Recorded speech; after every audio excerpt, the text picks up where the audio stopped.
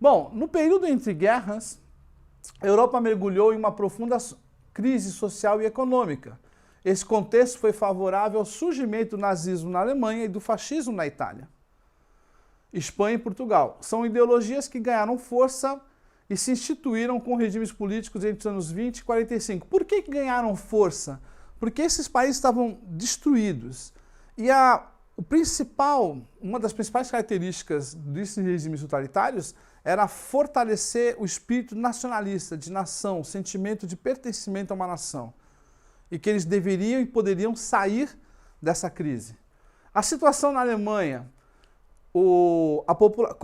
devido à situação humilhante do Tratado de Versalhes, a Alemanha, o Hitler aproveitou o sentimento que estava na Alemanha caída para poder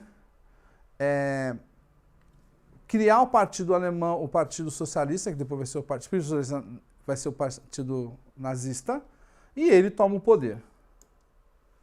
Bom, na Itália, eu vou ter o surgimento do fascismo. O fascismo foi adotado na Itália entre 22 e 43 e propunha o governo forte, militarista e com a intervenção do Estado em todas as esferas da vida da sociedade. O Mussolini preparou a Itália para a guerra, criou empregos, então por isso que ele teve ascensão. Quando a gente cria empregos, o povo está com miséria, eu apareço lá e vou criar emprego, esse cara é bom. Usou a polícia política e propaganda, tornou-se o ditador da Itália e fundou o Partido Fascista.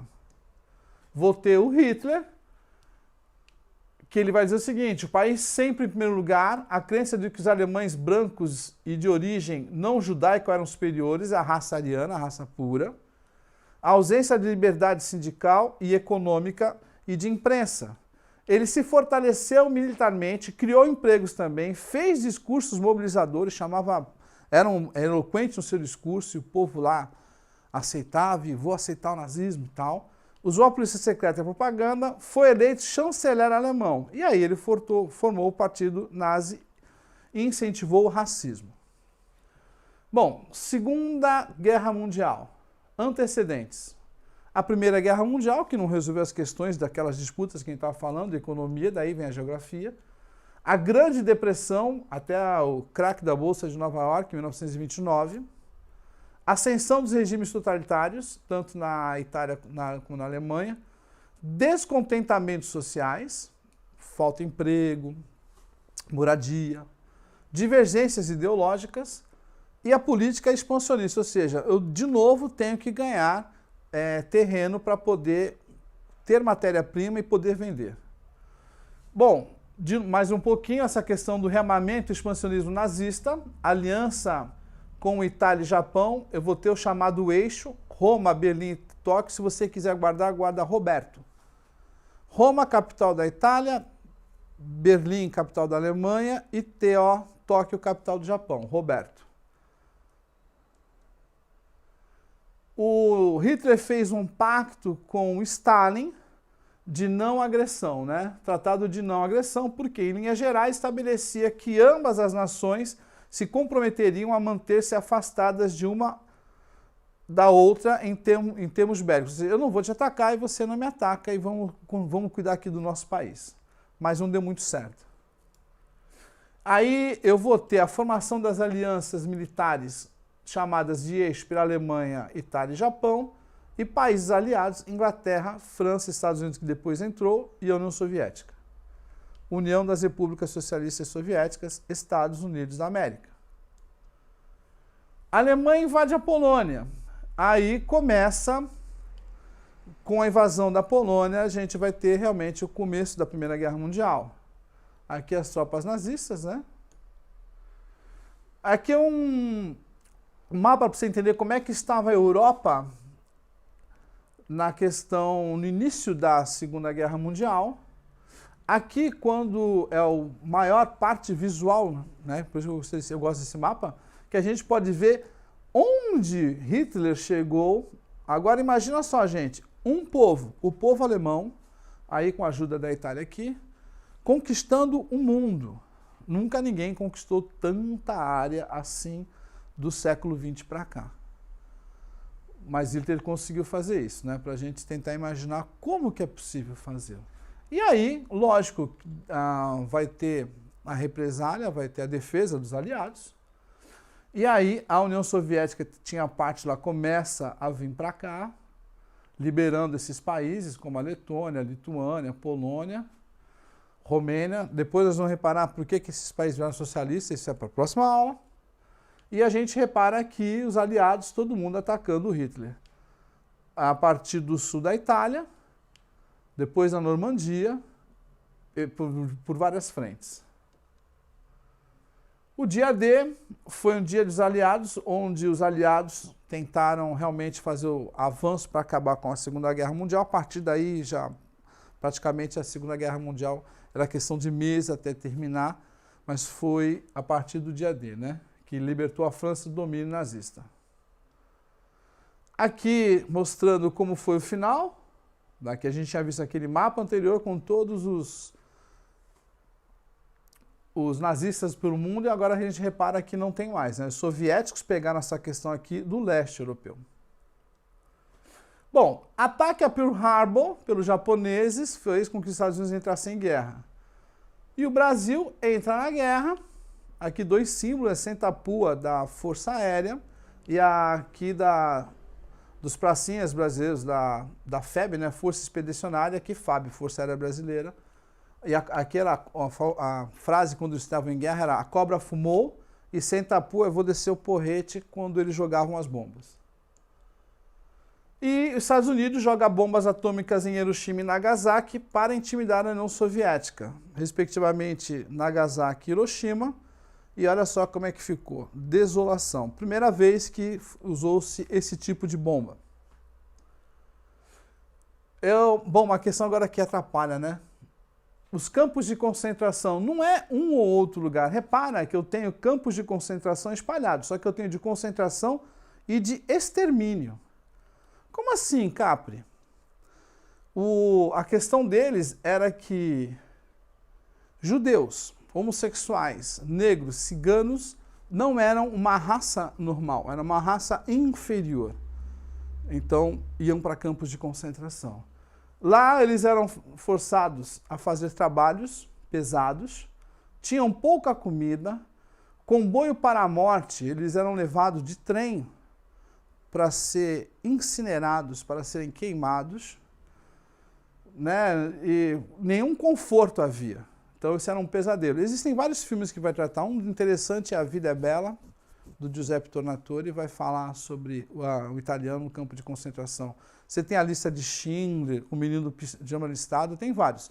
Na sua atividade, que eu proponho, eu vou dar algumas dicas de filme e o link para você poder assistir, ok? Bom, aí eu tenho aqui um dos campos de concentração, a entrada. Olha só como é que os judeus ficavam, gente. Isso aqui é pele e osso, literalmente.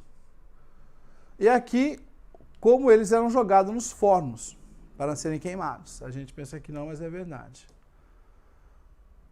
Você imagina uma pessoa normal, ela vai perder todo sua roupa, se tiver dente de ouro, se tiver óculos, tudo era tirado deles. Dormiam dessa forma aqui. E ainda, depois de mortos, eram pegos como lixo, como entulho, que a gente usa para retirar. E amontoados dessa forma. Pessoal, aqui são pessoas, são gente. E ainda uma foto para mostrar como é que era o campo de concentração. Bom, consequências da Segunda Guerra Mundial. 50 milhões de mortos, na União Soviética 25 milhões e 5 milhões de judeus. Falam 6, 8, depende. Enfraquecimento do poder político das potências europeias imperialistas. Rompe-se a aliança entre duas grandes potências e aí vai surgir a Guerra Fria e a criação depois do Estado de Israel. Eu tenho o recuo das ditaduras de extrema-direita, formação da ONU e emergência dos Estados Unidos e União Soviética. E aí a gente tenta viver um período de um pouco mais de paz depois de toda essa bagunça. Ditadura, gente, não importa se seja de direita ou de esquerda, ditadura não é legal. Não existe boa ditadura, ditadura não é legal. Tem uma frase que diz, é melhor uma democracia ruim do que uma boa ditadura. Na ditadura, o poder fica na mão do ditador, existe um partido único, a censura de jornais, livros e rádios. Se você é contra o regime, você é eliminado, você morre em prisão ou campo de concentração, é mandado para um outro lugar. E ainda existe o controle do que é ensinado nas escolas. Não pode ser alterado isso. O que eu estou dizendo aqui, pessoal, características tanto de direita como de esquerda. Bom, Segunda Guerra Mundial, um resumo rápido. A gente viu os antecedentes, né? A ascensão do Hitler na Alemanha, que a Alemanha tinha quebrado. Aí eu vou ter aliados, Grã-Bretanha, França, União Soviética, Estados Unidos, contra Alemanha, Itália e Japão, que é o eixo. Aí a Polônia é invadida, né? A Alemanha começou bem a guerra, e a Itália e o Japão começaram com grandes conquistas inicialmente, mas aí começaram a ter derrotas até a grande virada no dia D na Normandia, desembarque da Normandia, e as bombas atômicas no Japão. Bom, números, tivemos de 50 a 80 milhões de mortos, 30 países envolvidos no conflito, duração 6 anos e 1 dia, judeus executados, mais ou menos 6 milhões, e o Brasil, 25 mil brasileiros lutando na Itália. Eu cheguei a conhecer ex-pracinhas. Eu tenho uma fita cassete em algum lugar de uma entrevista que eu fiz com eles quando eu estava na 5ª série. Eu vou ver se eu acho para fazer, depois tentar mandar para vocês algum link. E consequências, a Alemanha, ela foi repartida entre os aliados, tive a divisão da Alemanha, empoderamento feminino, mulheres entraram em peso no mercado de trabalho, e a União Soviética estava arrasada, campos de concentração, criação das Nações Unidas e a Guerra Fria, Estados Unidos e União Soviética. Bom, e o Brasil com tudo isso? O Brasil, ele entra... O que favorece isso para o Brasil? A questão da substituição das importações, a indústria nacional. Até 1808 era proibida a instalação de estabelecimentos industriais no Brasil. Até 1930, eu só tinha indústrias do tipo têxtil e alimentícias. Crise de 29 afeta o comércio do café e passa-se a investir na indústria. Ou seja, o café era o ouro verde, o café era o que mantinha o PIB nacional. Era o que mantinha o Brasil andando, né? Tanto que o Brasil era rico na exportação de café, por causa do café. E com a crise de 29, a quebra da Bolsa, quem vai tomar café com crise? Então aí o Brasil entra numa recessão, e o pessoal que tinha essa grana, uma das formas é que aproveita a grana que investiu no café e investe na indústria. Dificuldades devido à Segunda Guerra Mundial.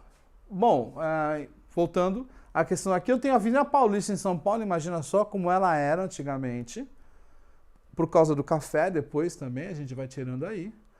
A vinda de famílias de imigrantes para cá, o Brasil começou a ter mais portugueses, aqui no caso são italianos, que vieram para trabalhar no Brasil. Na Segunda Guerra Mundial, início da industrialização, aqui é um avião bombardeando fábricas na Alemanha e o Brasil se aproveita disso para poder substituir os produtos que nós comprávamos de fora. Por as empresas estarem fechadas lá, então a gente acaba criando empresa aqui. Chamada no Brasil de tardia ou retardatária, porque ocorreu cerca de 200 anos após a Revolução Industrial, iniciada na Inglaterra. Ela é chamada também de substitutiva de importações, porque os produtos importados pelo Brasil começaram a ser fabricados internamente e foram bem recebidos pelo mercado consumidor. E também dependente, porque nós tivemos que importar máquinas e equipamentos para as indústrias, e também dependeu de investimentos e tecnologias estrangeiros. Bom, já estamos terminando.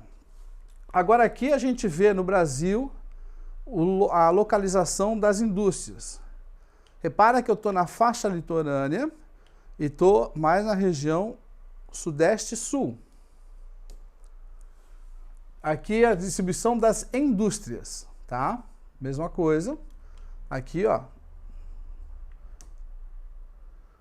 Concentração da população, tá vendo, gente? Olha lá. Como coincide, lógico, as pessoas precisam trabalhar. Perto de um lugar que tem indústria, vai ter trabalho. E aqui também, acúmulo populacional por áreas, número de pessoas nessas áreas por causa da indústria.